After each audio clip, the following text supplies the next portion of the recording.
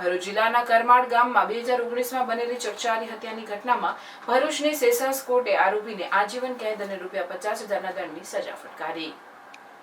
તારીખ 20 એપ્રિલ 2019ના રોજ કરમાળ ગામના નવી નગરી વહાલુ ફળિયામાં રહેતા નરેન્દ્ર ઉર્ફે મુન્નો કરશનભાઈ વસાવાએ ઘરમાં આવી કમલેશભાઈ માનસીભાઈ વસાવાને તું મારા ઘરે તારી પત્ની રેખાને શોધવા કેમ આવ્યો એવી વાત કહી ઝઘડો કર્યો હતો. બાદમાં નરેન્દ્રએ પોતાના હાથમાં રાખેલી કુહાડી વડે કમલેશભાઈના માથાના જમણા કાનની ઉપર ઘાતક ઘા ઝીકી તેને ગંભીર રીતે ઇજાગ્રસ્ત કરી રોડ પર ફેંકી દીધા હતા.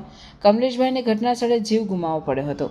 આ સંદર્ભે ભરૂચ તાલુકા પોલીસ મથકમાં કેસ નોંધવામાં આવ્યો હતો. આરોપીની ધરપકડ કર્યા બાદ ઇન્ચાર્જ પોલીસ ઇન્સ્પેક્ટર BD વાઘેલાએ કેસની સંપૂર્ણ તપાસ કરી હતી. મામલો ભરૂચ જિલ્લાના બીજા એડિશનલ સેશન જજ EM શેખ સાહેબની કોર્ટમાં ચાલી રહ્યો હતો.